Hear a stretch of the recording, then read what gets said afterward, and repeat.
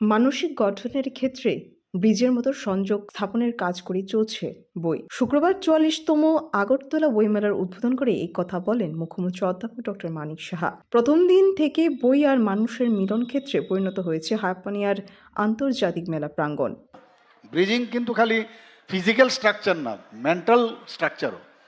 তো মেন্টাল স্ট্রাকচারের এই বইয়ের মাধ্যমে আমার অজানাকে জানা, অজ্ঞতাকে জ্ঞানের দিকে যাওয়া, অন্ধকার থেকে আলোর দিকে যাওয়া, অসত্যর থেকে সত্যের দিকে যাওয়া বই পড়লেই সেটা হয়।